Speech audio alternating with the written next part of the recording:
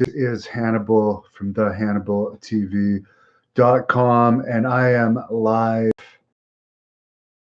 WWE News. They were at Place Belle in Laval tonight, which is not actually in Montreal. They always used to do their Montreal holiday show at the actual Bell Center in Montreal, but I guess I can only assume because can't sell out the Bell Center anymore, especially for a house show.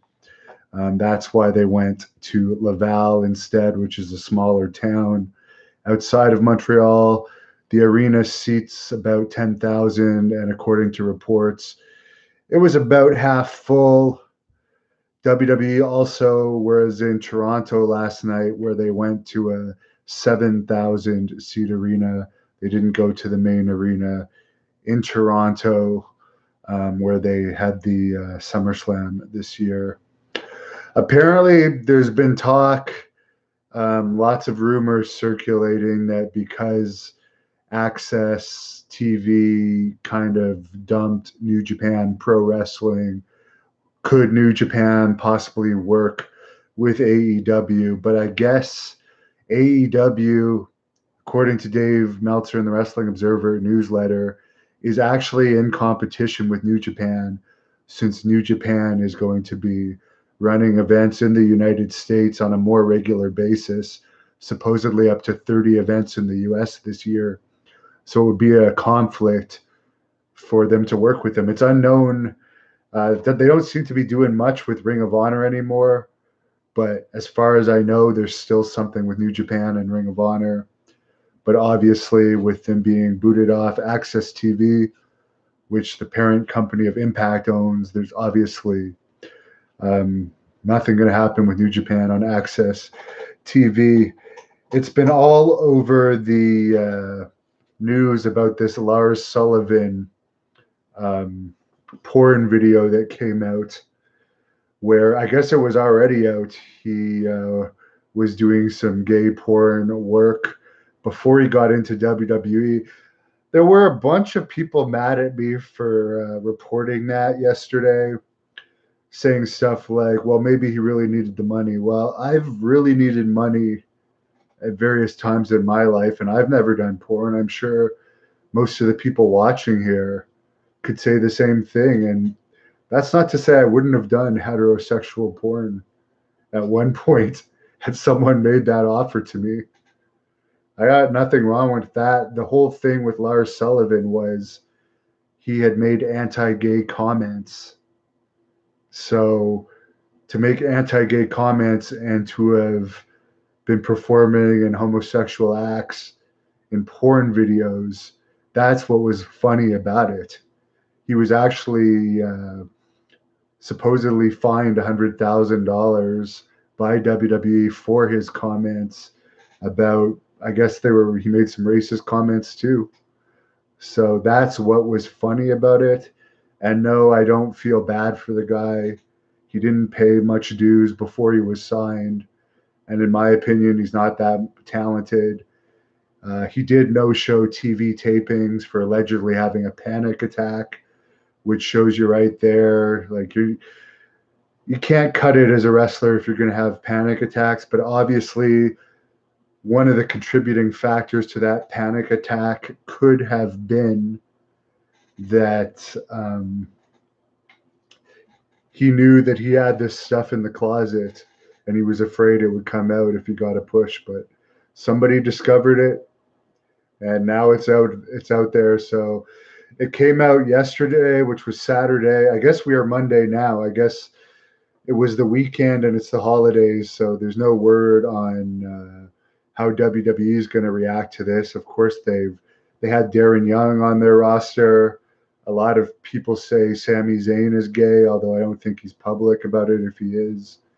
He did have a fan thrown out of a WWE event, Sami Zayn did, for calling him gay, which is kind of a precedent, because I read a tweet from Disco Inferno saying that back in the WCW days, he would have literally thousands of people at events calling him gay, and he would just go in the back and laugh after and say, wow, that's getting heat. But wrestling has become very politically correct. And I think that's one of the reasons why people don't like it anymore. I mean, it's not the same wrestling. I don't find it entertaining at all, at least not the TV products. Ralph Vaquero says Larson sucks. He's a nobody. Anthony Jones says Candice Michelle got her toes sucked and they were ready to cut her loose. I don't know anything about that. D. Feeball says Crybaby Lars. MC says Pat Patterson will help push Lars again. I don't think Lars is Pat Patterson's type. If you look at the people that have accused him, and there's been actually Steve Lombardi doesn't look like Pat Patterson's type either. But rumors about them. But when you hear about the Jim Powers and the Al Perez's of the world and the Sylvain Greniers, and I think his name was, what the hell was his name? There was also an announcer that was very much a pretty boy looking guy that WWE settled with. He had said Pat Patterson had made approaches to him. These were all very pretty boys. So I don't know if Lars is Pat Patterson's type.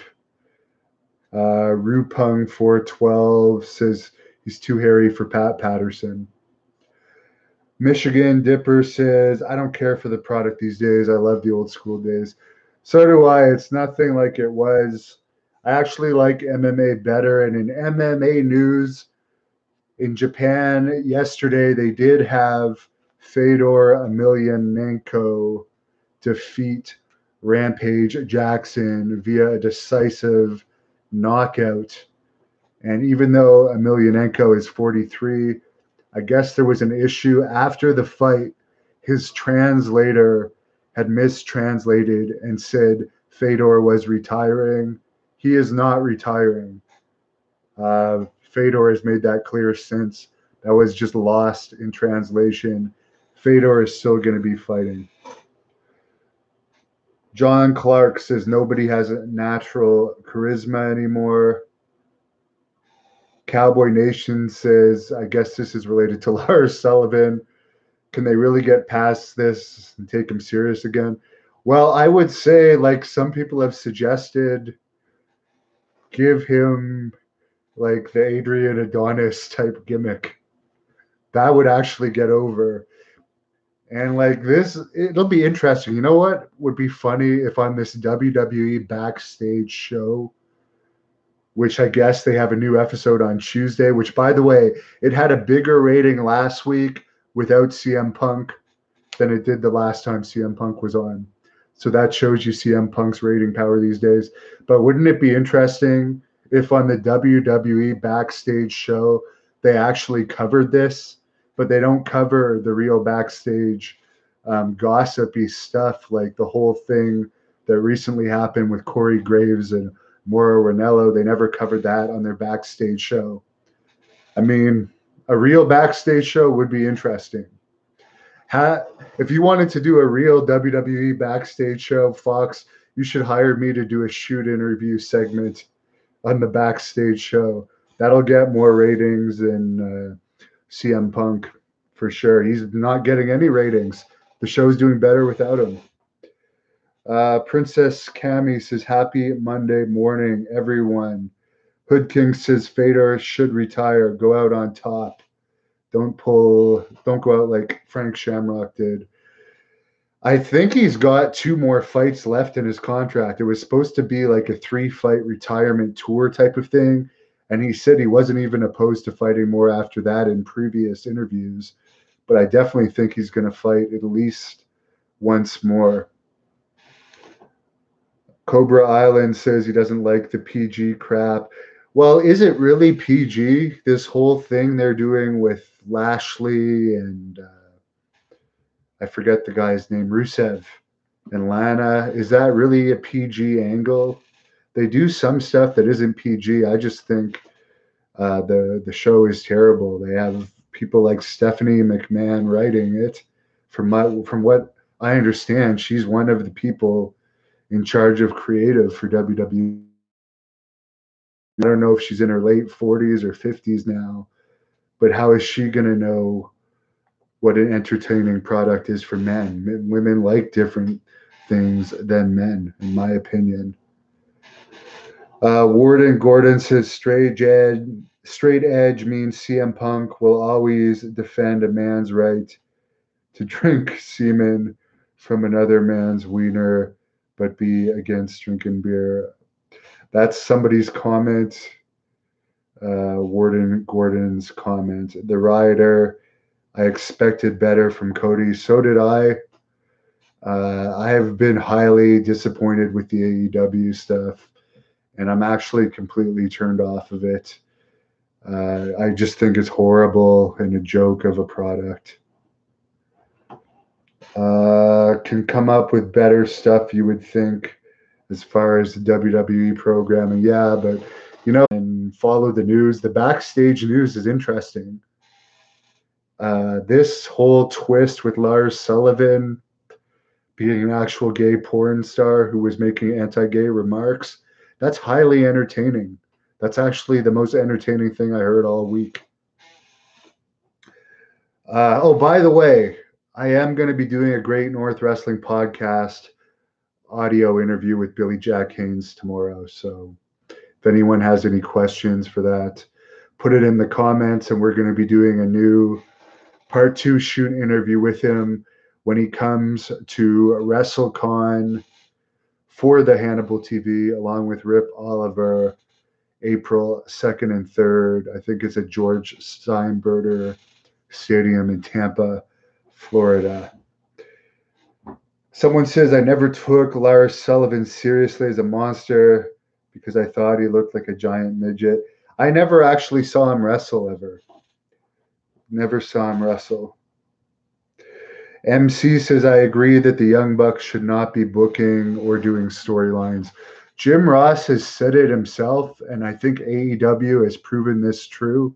They have 4 executives that are all also bookers: Kenny Omega, the Young Bucks, and Cody Rhodes. Jim Ross said it a long time ago. It's never a good idea for good creative content to be a wrestler and a booker. And AEW has proven that by putting on an uninteresting product, in my opinion. All right, guys, there's a lot of questions. Have I ever done a shoot with Tully Blanchard, Ryan Bowman? Yes. Look it up on here. I think it has almost 100,000 hits. My interview with Tully Blanchard. Check it out. All right, guys, have a good night. I'm checking out for this evening. And as I said, I'll be back tomorrow. And I'm also doing that, what's it called? Billy Jack Haynes podcast. Someone just commented Ross should be on the booking committee. Well, he's a senior advisor, but I don't think they're asking his advice very much.